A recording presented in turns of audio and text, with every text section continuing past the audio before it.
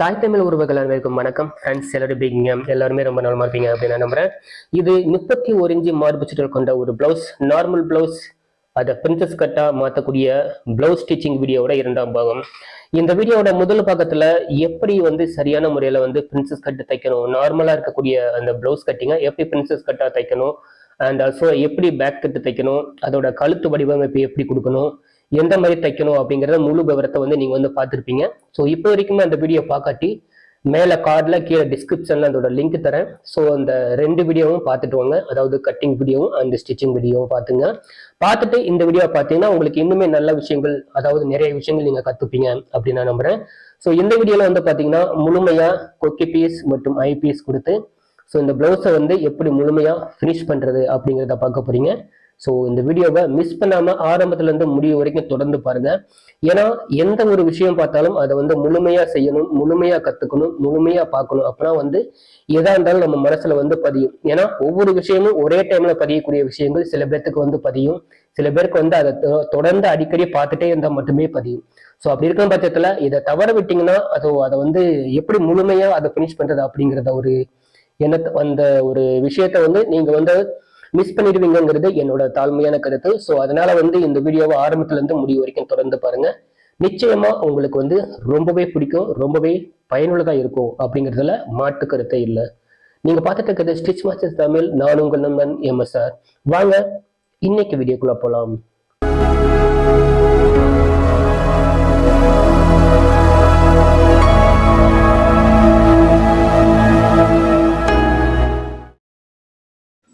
வணக்கம் அன்பு நெஞ்சங்களே, உங்களை இந்த ப்ளவுஸ் ஸ்டிச்சிங் செகண்ட் பார்ட்டில் வரவேற்கிறேன். இப்போது பாருங்கள், அழகாக நம்ம இந்த ப்ளவுஸோட முன்பகுதியோட பட்டி அமைப்பு, கழுத்து அமைப்பு அண்ட் எப்படி டாட் பிடிக்கணும் அப்படிங்கிற அமைப்புலாம் சிறப்பாக போன பகுதியில் பார்த்துருந்தோம். நம்ம என்ன தான் ப்ளவுஸ் ஸ்டிச் பண்ணிகிட்டு இருந்தாலும், நார்மலாக ரெகுலராக தைச்சிக்கிட்டு இருந்தாலும், எப்போவுமே நம்ம தைச்சிட்டு 2 பாகமே ஒன்றா இருக்கா அப்படிங்கிறது செக் பண்ணுறது ரொம்பவே அவசியமான ஒன்று. ஸோ அதை பார்த்துட்டு அதில் ஏதாவது கரெக்ஷன் இருக்கா 2 பாகத்துக்கும், அதாவது இடது பாகம் வலது பாகம் இந்த 2க்குமே ஏதாச்சும் டிஃப்ரெண்ட் இருந்தால் அது சின்ன சின்ன கரெக்ஷன் வந்தால் அதை நம்ம உடனே பண்ணணும். ஸோ இதெல்லாம் இல்லாமல், இதெல்லாம் எதுவுமே பார்க்காம சும்மா தச்சிக்கிட்டே இருக்கோம்னா ஏதாவது ஒரு ப்ராப்ளம் வந்ததுன்னா அது என்ன ப்ராப்ளம்னு நம்ம தெரிஞ்சுக்க முடியாது இல்லையா? ஸோ அதனால் அதை தெரிஞ்சுக்கணும் அப்படிங்கிறதுக்காக இந்த 2ஐயும் ஒன்றா வச்சு பார்க்கணும் அப்படின்னு உங்களுக்கு சொல்கிறேன். ஸோ நான் சொல்லக்கூடிய ஒவ்வொரு விஷயத்துக்கும் முக்கியத்துவம் கொடுங்க.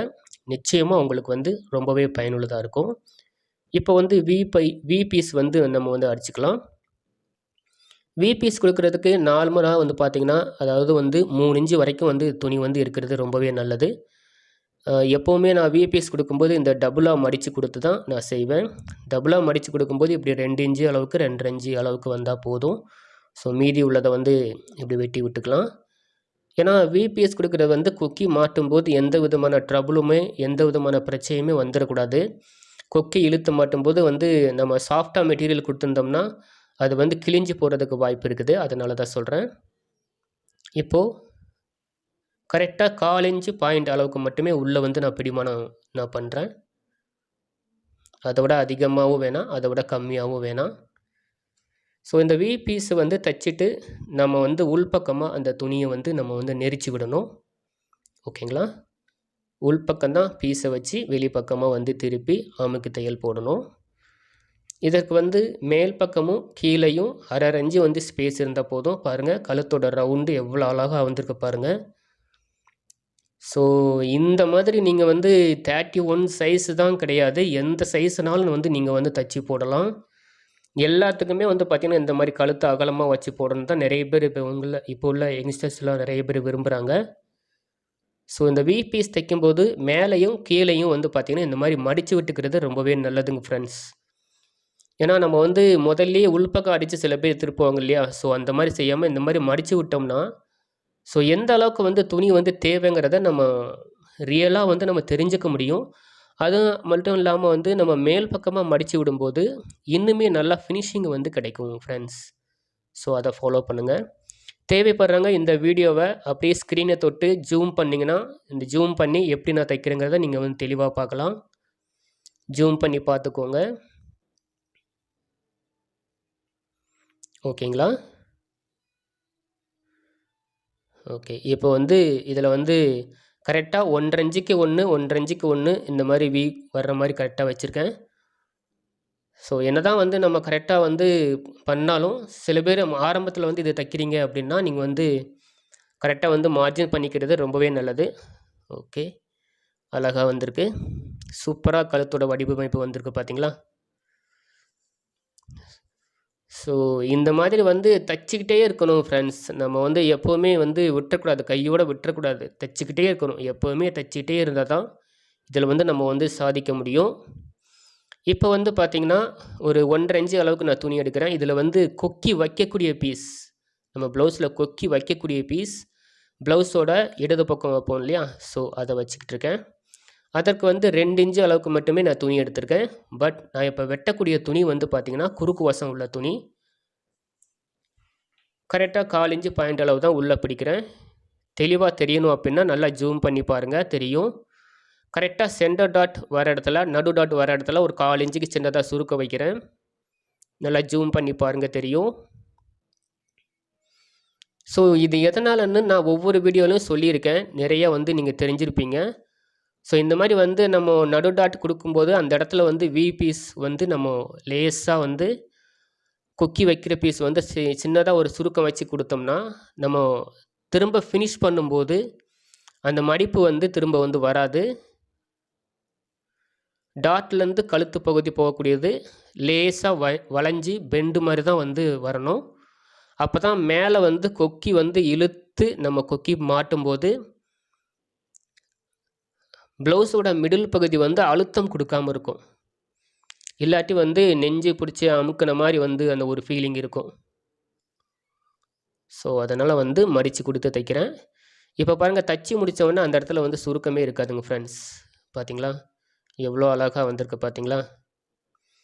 இப்போ வந்து இந்த வி பீஸும் கொக்கி வைக்கிற பீஸும் சரியாக இருக்கான்னு பார்த்துடலாம். சூப்பராக வந்திருக்கு, அழகாக வந்திருக்கு. கழுத்தோட வடிவமைப்பு பாருங்கள் ஃப்ரெண்ட்ஸ், எவ்வளோ அழகாக வந்திருக்கு பாருங்கள். ஸோ இந்த மாதிரி நீங்களும் தைச்சி போடணும்னு உங்களுக்கு ஆசையாக இருக்கா இல்லையா? கீழே மறக்காமல் கமெண்ட் பண்ணுங்கள் ஃப்ரெண்ட்ஸ். ஓகே, இப்போ வந்து இந்த ப்ளவுஸுக்கு உண்டான இடுப்பு சுற்றளவு நம்ம வந்து நார்மலாக ஒரு 26லேருந்து 27 வரைக்கும் நம்ம வந்து இந்த இடுப்பு சுற்றளவு வைக்கலாம். ஸோ நானும் வந்து இதில் வந்து 26 இன்ச்சு தான் வைக்கிறேன். 26லேருந்து 26.5 வரைக்கும் 31 இன்ச்சு மார்பு சுற்றளவு இந்த ப்ளவுஸுக்கு வந்து இடுப்பு சுற்றளவு வந்து இருக்கும். ஸோ இது எல்லாமே கெஸ்ஸிங் அளவு தான். பட் அவங்களுக்கு ப்ளவுஸ் வந்து பார்த்திங்கன்னா பர்ஃபெக்டாக ஃபிட்டாக இருக்குது. இடுப்பு மட்டும் தான் கொஞ்சம் லூஸ் வந்தது, அவங்க டைட் பண்ணிக்கிட்டேன் அப்படின்னு சொல்லி சொன்னாங்க. ஸோ இந்த மாதிரி அளவுகள், நான் சொல்கிற அளவுகளை நீங்கள் ஃபாலோ பண்ணாலே போதும். ஜஸ்ட் அளவு மட்டுமே இருந்தால் போதும். இந்த மாதிரி வந்து ப்ளவுஸ் வெட்டி தைக்க உங்களாலேயும் முடியும். இது 100% இல்லை, 1000% உங்களால் வந்து கண்டிப்பாக முடியும். இப்போ ஷோல்டரில் வந்து பார்த்திங்கன்னா 1/4 இன்ச்சு பாயிண்ட் அளவுக்கு நான் வந்து ஷோல்ட்ரு பிடிக்கிறேன். 1/4 இன்ச்சு பாயிண்ட்டுங்கிறது பேசிக், எல்லா ப்ளவுஸுக்குமே நம்ம பிடிக்கக்கூடிய ஒரு இதுதான். ஸோ இது வந்து இப்போ இதுக்கு வந்து ஓவர்லாக் போடணும். பட் அதுக்கு முன்னாடி நம்ம வந்து கை வந்து ரெடி பண்ணிக்கலாம். கார்னரில் சின்ன சின்னதாக வந்து வெட்டி விட்டுக்கணும். அப்போ தான் மடக்கி வந்து நம்ம தையல் போடும்போது அந்த பிசுறு வந்து வெளியே தெரியாமல் இருக்கும். கை வந்து இப்போ நம்ம வந்து தைச்சிக்கலாம் ஃப்ரெண்ட்ஸ். கை தைக்கும்போது பார்த்திங்கன்னா இந்த கையோட வடிவமைப்பு நம்ம பார்க்கும்போது நிறைய பேர் வந்து 2 கையும் ஒரே மாதிரி தைச்சிட்றேன் அப்படின்னு சொல்லி கமெண்ட் பண்ணுறீங்க. அதனால் இதை கவனமாக பாருங்கள். கை தைக்கிறதுக்கு முன்னாடி அந்த கையோட வடிவமைப்புக்கு ஏற்றாற் போல் வந்து இந்த மெயின் பீஸை வந்து வெட்டிக்கணும். ஓகேங்களா?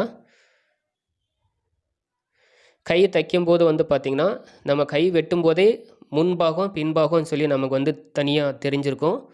அதனால் வந்து பார்த்திங்கன்னா பாருங்கள், இப்படி ஒரு லைனிங் எடுத்து அப்படியே கீழே போடுறேன்.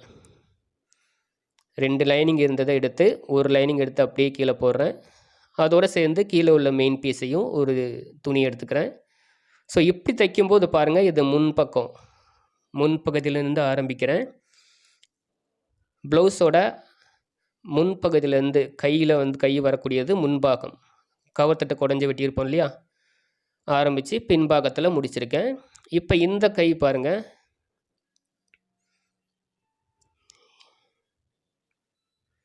இதை தைச்சிட்டு இருக்கிறேன்.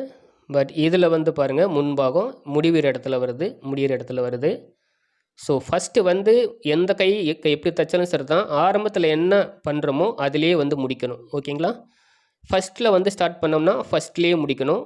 பேக் சைடில் நம்ம ஸ்டார்ட் பண்ணோம்னா பேக் சைட்லேயே முடிக்கணும். இதுதான் வந்து கை தைக்கக்கூடிய வந்து அமைப்பு. ஸோ என்ன தான் வந்து நம்ம பீஸ் வந்து இதில் வந்து உள்பக்கம் துணி அதிகமாக விட்டுருந்தாலும் கரெக்டாக வந்து 6 இன்ச்சு அளவுக்கு மட்டுமே நான் உள்ளே பிசுறு வைக்கிறேன். அதை விட அதிகமாக தேவையில்லை. ஸோ ஒவ்வொரு துணி கேட்டாற் போல் வந்து பார்த்திங்கன்னா நம்ம வந்து அந்த மெட்டீரியல்லாம் வைக்கணும். ஸோ அதனால் வந்து இந்த துணிக்கு இது போதும். அதனால் வந்து இந்த அளவு நான் பேஸ் பண்ணுறேன். இதையே வந்து உங்களுக்கு ரெக்கமெண்ட் பண்ணுறேன். நான் என்ன தான் வந்து 3/4 இன்ச்சுக்கு வச்சு ஸ்பேஸ் வச்சு வெட்டியிருந்தாலும் பட் தச்சு முடித்த பிறகு அதை வந்து 1/2 இன்ச்சியாக வந்து நான் குறைச்சிக்கிறேன்.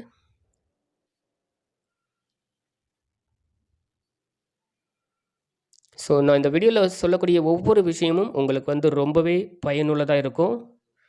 ஸோ தயவு செஞ்சு கேளுங்க. உங்களுடைய விருப்பங்களை என்ன உங்களுடைய சந்தேகங்கள் என்ன அப்படிங்கிறத கீழே மறக்காமல் கமெண்ட் பண்ணுங்கள்.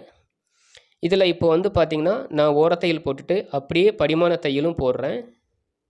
சிங்கிள் தையல் போட்டால் போதும். ப்ளவுஸில் வந்து எப்போவுமே வந்து ஓரத்தையில் லைனிங்கில் போட்டோம்னா மேலே வரக்கூடிய படிமான தையல் வந்து ரொம்ப அழகாக வந்து ஈஸியாக வந்து தைச்சிடலாம். ஸோ அதனால தான் அப்படி பண்ணுறேன். இப்போ வந்து 2 கை என்ன தான் வந்து ஒரே அளவில் நம்ம வந்து தைச்சாலும் இதை தச்சு முடிச்சுட்டு 2 கையும் ஒரே அளவாக தான் இருக்கான்னு சொல்லி நம்ம செக் பண்ணணும். அதுக்கு முன்னாடி ஒவ்வொரு கையும் கரெக்டாக தான் இருக்கான்னு சொல்லி செக் பண்ணணும். இந்த மாதிரி நம்ம ஒவ்வொரு விஷயமும் செக் பண்ணி நம்ம வெட்டி கரெக்ஷன் பண்ணி தைச்சாதான் கையோட லூஸ் கரெக்டாக வரும். And guy joint side joint வரும்போது அதில் வந்து வித்தியாசம் இல்லாமல் இருக்கும். இந்த மாதிரி ஒவ்வொரு ப்ளவுஸு தைக்கும் போதும் இதெல்லாம் நம்ம ஃபாலோ பண்ணணும். நான் என்ன ஒவ்வொரு ப்ளவுஸு தைக்கும் போதும் என்ன பண்ணுறனோ அதை தான் உங்களுக்கு வந்து சொல்கிறேன். ஸோ புரிஞ்சுக்கோங்க ஃப்ரெண்ட்ஸ். கரெக்ஷன்லாம் அப்படியே வச்சுட்டு தைக்கிறது எப்போவுமே வந்து தப்பான விஷயம். கரெக்ஷன் இருந்தால் அதை கரெக்டாக வெட்டி விட்டுக்கணும். எப்போவுமே ப்ளவுஸ் தைக்கும்போது லைனிங் ப்ளவுஸ் தைக்கும்போது லைனிங் தான் ஒரிஜினல். ஸோ அதை ஞாபகம் வச்சுக்கோங்க. அது ஃப்ரண்ட் பாகம் தைச்சாலும் சரி தான், பேக் பீஸ் தைச்சாலும் சரி தான், எது தைச்சாலும் சரி தான், லைனிங் தான் ஒரிஜினல். அதை தான் நீங்கள் வந்து சரி பண்ணணும். மீன் பீஸ் வந்து அடிஷ்னல் தான், தைச்சிட்டு லைனிங் அளவுக்கு கரெக்ஷன் பண்ணணும். எப்போவுமே இது வந்து பேசிக் ஃப்ரெண்ட்ஸ். நீங்கள் எந்த ப்ளவுஸ் தைச்சாலும் நீங்கள் வந்து இதை ஞாபகம் வச்சுக்கோங்க.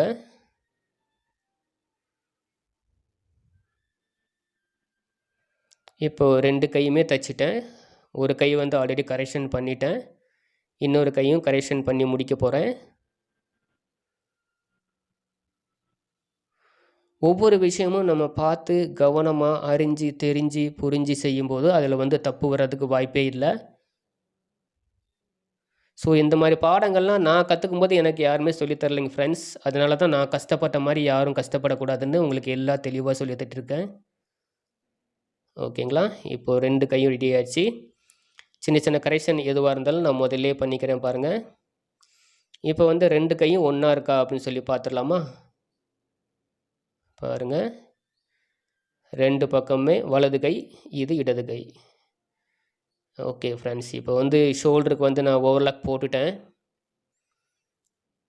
இப்போ வந்து கழுத்து பகுதியில் வந்து நம்ம வந்து ஓரத்தையில் போடணும். ஷோல்டர் அதை மென்ஷன் பண்ணி அதுக்கப்புறமா நம்ம வந்து கை அட்டாச் பண்ணி சைடு தைச்சிடலாம். பாருங்கள், கழுத்தும் ஜாயின் பண்ணியிருக்கேன். பாருங்கள், ஒரு நூல் அளவு கூட வித்தியாசம் இல்லாமல் கரெக்டாக இருக்குது பார்த்தீங்களா? ஸோ இந்த மாதிரி வந்து நீங்கள் வந்து பண்ணணும். எப்போவுமே ஃபினிஷிங் பண்ணும்போது ஒவ்வொரு விஷயமும் நம்ம கவனமாக செய்யணும் ஃப்ரெண்ட்ஸ். ஸோ இதில் இந்த மாதிரி தைக்கும்போது உங்களுக்கு ஏதாவது சந்தேகம் இருந்துச்சுன்னா கீழே மறக்காமல் கமெண்ட் பண்ணுங்கள் ஃப்ரெண்ட்ஸ். ஒரு சின்ன பிசுறு கூட வெளியே தெரியக்கூடாதுங்கிறது தான் என்னோட ட்ரெண்டிங்கில் நான் எப்போவுமே பண்ணக்கூடியது. சின்ன சின்ன பிசுறு வந்தாலும் கூட அதை வந்து வெட்டி விட்டுருவேன். என்னோடய ப்ளவுஸ் ஆல்மோஸ்ட் நான் தச்சு முடித்தேன்னா அது தைச்ச மாதிரியே இருக்காது. தச்சு முடித்து அயன் பண்ணி வச்சா எப்படி இருக்குமோ அந்த மாதிரி இருக்கும் ப்ளவுஸ். எல்லோரும் அப்படி தான் சொல்லுவாங்க. என்ன நானே வந்து பெருமையாக சொல்லிக்க விரும்பலை. பட் எல்லாரும் அப்படி தான் சொல்லுவாங்க. பட் நான் என்ன செய்கிறேனோ, எப்படி ஃபினிஷ் பண்ணுறனோ, அதே போல தான் என்னோடய ஃப்ரெண்ட்ஸ் எல்லாருமே இதை பார்க்குற நீங்களும் செய்யணுங்கிறது என்னோடய விருப்பம். இப்போ வந்து இடது கை வந்து நம்ம வந்து அட்டாச் பண்ணுறோம். ஷோல்டரை ஜாயின் பண்ணுறதுக்கு முன்னாடியே அந்த ஷோல்டர் இடத்துலேருந்து கையோட நடுப்பகுதியும் நம்ம ஆரம்பிக்கிற இடமும் கரெக்டாக இருக்கான்னு சொல்லி பார்த்துக்கணும் ஃப்ரெண்ட்ஸ். கரெக்டாக பாருங்கள். ஒன்று போல் அழகாக அந்த மாதிரி பண்ணணும். உள்ள பிடிமானம் கொடுக்கும்போது உடம்பு பீஸும் 1/4 இன்ச்சு பாயிண்ட், கையோட அளவும் 1/4 இன்ச்சு பாயிண்ட்டு தான் பிடிக்கணும். இந்த மாதிரி கை தைக்கும்போது பாருங்கள், சென்டர் பாயிண்ட் கரெக்டாக வந்திருக்கு. இப்படி வந்து சென்டர்லேருந்து தைச்சிட்டு வரும்போது முன்பாகத்தில் தைக்கும்போது இந்த டாட்டை வந்து நெரிச்சு விடணும். இல்லாட்டி சில நேரங்களில் டாட் நெரிச்சு விடாமல் நீங்கள் தைச்சிங்கன்னா சில நேரங்களில் வந்து அந்த இடத்துல சுருக்கம் வர்றதுக்கு வாய்ப்பு இருக்குது. ஓகே, நம்ம இன்னொரு தையலும் போட்டுக்கலாம். ஓகேங்களா? ஸோ எப்போவுமே வந்து கைக்கு வந்து டபுள் தையலுங்கிறது எந்த ப்ளவுஸாக இருந்தாலும் வந்து எல்லாருமே செய்யக்கூடிய விஷயந்தான்.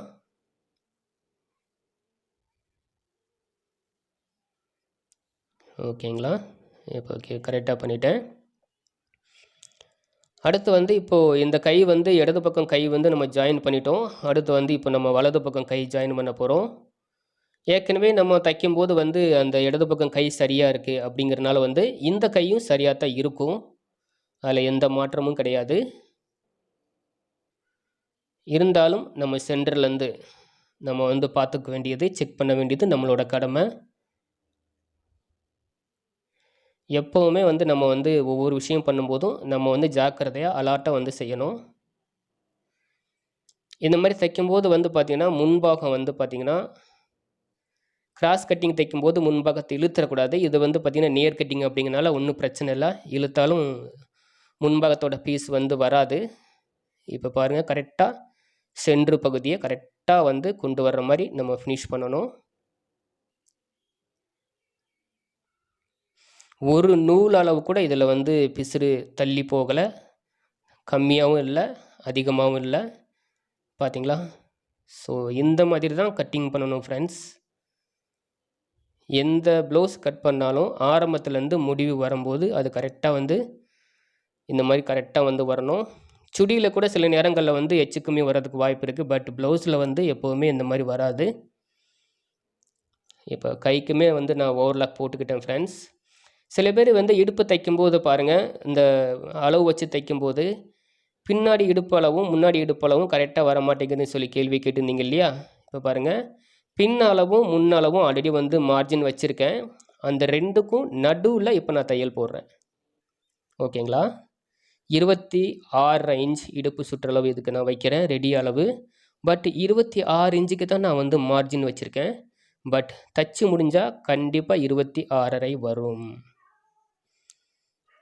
4 பக்கமும் சேர்த்துக்கோங்க. ஒவ்வொரு நூல் அளவுக்கு எக்ஸ்ட்ரா வந்தால் கூட இந்த இடுப்பு அளவுகள் வந்து 4 பக்கமும் ஒரே மாதிரி அளவு வந்து கடந்து வரும். அதனால தான் சொன்னேன். கையோட சுற்றளவு வந்து பார்த்திங்கன்னா 9.5 இன்ச்சு நான் வைக்கிறேன். ஏற்கனவே வந்து அதில் மார்ஜின் போட்டிருக்கேன். அப்படிங்கிறனால அந்த அளவு சரியாக தான் இருக்குது. ஒவ்வொரு சைடுக்குமே 3 தையல் போடணும் ஃப்ரெண்ட்ஸ். சில பேர் வந்து 4, 5ன்னு போடுவாங்க. தேவையில்லை, 3 தையல் போட்டால் போதும்.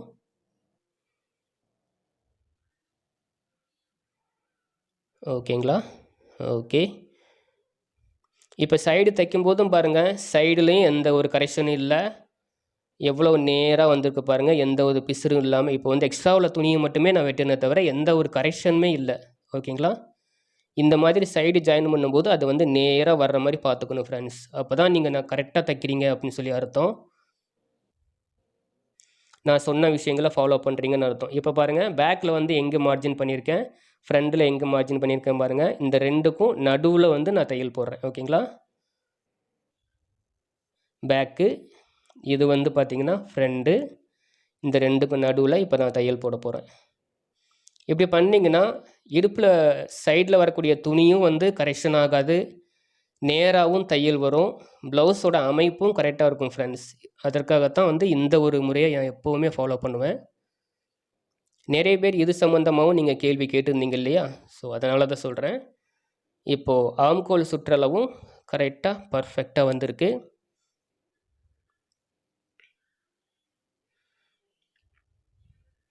தைக்கும்போதே சின்ன சின்ன கரெக்ஷன், சின்ன சின்ன அட்ஜஸ்ட்மெண்ட் எல்லாமே நம்ம பண்ணிக்கிட்டே தான் தைக்கணும். ஓகேங்களா? அதில் எந்த ஒரு மாற்றமும் கிடையாது. இப்போ வந்து முனிக்கை சுற்றளவு 9.5, 4.25 இருக்கான்னு சொல்லி பார்த்துடலாம். ஓகே, 4.25க்கு மார்ஜின் வச்சுக்கலாம். ஸோ அந்த அளவில் வந்து நம்ம வந்து மார்ஜின் வந்து வச்சுக்கணும். வச்சுட்டு அதை வந்து ஸ்டிச் பண்ணி இப்போ வந்து சூப்பராக வந்து முடிச்சிட்டோம். ஸோ அவ்வளோதான் ஃப்ரெண்ட்ஸ். 31 இன்ச்சு கொண்ட ஒரு மார்பு சுற்றளவுக்கு எப்படி நம்ம ப்ளவுஸ் தைச்சா அழகாக இருக்கும், எப்படி ஃபினிஷ் பண்ணணும், எப்படி வந்து கழுத்து பகுதி வைக்கணும், எப்படி ஆம்கோல் பகுதி வைக்கணும் அப்படிங்கிறத இந்த வீடியோ சீரியஸில் நீங்கள் வந்து பார்த்து தெரிஞ்சிருப்பீங்க அப்படின்னு நம்புகிறேன். மறக்காமல் இந்த வீடியோ பற்றின கருத்துக்களை கீழே பதிவிடுங்க. மேலும் இந்த வீடியோவை உங்கள் ஃப்ரெண்ட்ஸ் அண்ட் ஃபேமிலி எல்லாருக்குமே ஷேர் பண்ணி எனக்கு ஒரு சப்போர்ட்டிவாக இருங்க ஃப்ரெண்ட்ஸ். இப்போ வரைக்கும் நம்ம சேனலை சப்ஸ்கிரைப் பண்ணாட்டி சப்ஸ்கிரைப் பண்ணிக்கோங்க ஃப்ரெண்ட்ஸ். இப்போ வந்து இதில் கரெக்ஷன் பண்ணிவிட்டு இந்த ப்ளவுஸை வந்து திருப்பி காட்டுறேன், எப்படி வந்து ஃபினிஷிங் வந்திருக்குன்னு சொல்லி பாருங்கள்.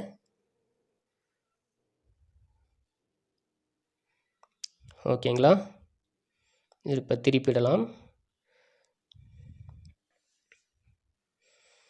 திருப்பும்போது ஆம்கோல் பகுதியில் லேசாக இழுத்து விடணும், கை பகுதியில் சைடு பகுதியில் லேசாக இழுத்து விட்டுக்கணும். அப்போ தான் வந்து ப்ளவுஸ் வந்து சுருக்கம் இல்லாமல் நல்லா நீட்டாக வந்து இருக்கும் ஃப்ரெண்ட்ஸ். இப்படி தச்சிய ப்ளவுஸே வந்து பார்த்திங்கன்னா நம்ம தேய்ச்சி தைச்ச மாதிரி வந்து ஃபினிஷிங் கொடுக்கணும் ஃப்ரெண்ட்ஸ். நான் அப்படி தான் கொடுப்பேன். என்னோடய வீடியோவை பார்க்குற எல்லாருமே அப்படி தான் ஃபினிஷிங் பண்ணணும் அப்படிங்கிறது என்னோடய ஆசை. ஸோ பாருங்கள் எவ்வளோ அழகாக வந்து ஃபினிஷிங் வந்துக்குன்னு பாருங்கள். இந்த வீடியோவில் சொன்ன விஷயத்த நீங்களும் பார்த்து ஃபாலோ பண்ணி நீங்களும் சக்ஸஸாக ப்ளவுஸ் வெட்டி தைச்சி போடுங்க ஃப்ரெண்ட்ஸ். உங்களுக்கு என்னுடைய நன்றிகளும் வாழ்த்துக்களும். டியர் ஃப்ரெண்ட்ஸ், நீங்கள் பார்த்த இந்த வீடியோ உண்மையிலேயே உங்களுக்கு ரொம்பவே பிடிச்சிருக்கும். இந்த ப்ளவுஸ் கட்டிங் ஸ்டிச்சிங் வீடியோவில் நீங்கள் எந்த மாதிரி ஒரு அனுபவத்தை கற்றுக்கிட்டீங்க அப்படிங்கிறத கீழே மறக்காமல் கமெண்ட் பண்ணுங்கள். அடுத்தடுத்து வரக்கூடிய நம்ம சேனலில் வரக்கூடிய வீடியோக்கள் எல்லாமே மோஸ்ட்லி பேட்டர்ன் அண்ட் டிசைன் இந்த மாதிரி வர மாதிரி கொஞ்சம் டிசைனாக பண்ணுற மாதிரி பண்ணலாம் அப்படின்னு சொல்லி நினச்சிட்டு இருக்கேன். ஸோ அதனால் வந்து எல்லாருமே வந்து பார்த்தீங்கன்னா எப்போவுமே வந்து சாதாலேருந்து ஸோ அப்கிரேட் ஆகணும், டிசைனும் நம்ம வந்து தச்சு பழகணும் அப்படிங்கிற ஒரு ஸ்டேஜுக்கு வந்து நீங்கள் வந்து வரணும், உங்களை எல்லாத்தையும் வந்து கொண்டு போகணும் அப்படிங்கிற எண்ணத்தோட. ஸோ அந்த மாதிரி அடுத்தடுத்து வரக்கூடிய வீடியோக்கள் வந்து பார்த்தீங்கன்னா டிசைன், அதாவது சுடிதாரும் சரி ப்ளவுஸும் சரி எல்லாமே வந்து டிசைனாக தச்சு கொடுக்கணும், டிசைன் ஸ்டிச்சிங் வீடியோ போடணும் அப்படின்னு சொல்லி முடிவு பண்ணியிருக்கேன். ஸோ இதை பற்றின உங்களோட கருத்துக்களை எப்படி வந்து அதாவது வந்து அந்த வீடியோ எப்படி கொடுக்கணும், ஒரே மாதிரி கொடுக்கலாமா அல்லது டெய்லி டீச்சிங் டுட்டோரியலாக கொடுக்கலாமா அப்படிங்கிற உங்களோட கருத்தை வந்து கீழே வந்து மறக்காமல் கமெண்ட் பண்ணுங்க.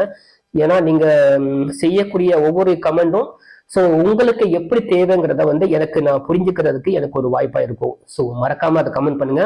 மேலும் இந்த வீடியோவை ஃபுல்லா பார்த்துருப்பீங்க நம்புறேன். ஸோ இந்த வீடியோ பத்தின ஏதாவது கருத்துக்கள் உங்களுக்கு சந்தேகம் இருந்துச்சுன்னா கீழே மறக்காம கமெண்ட் பண்ணுங்க.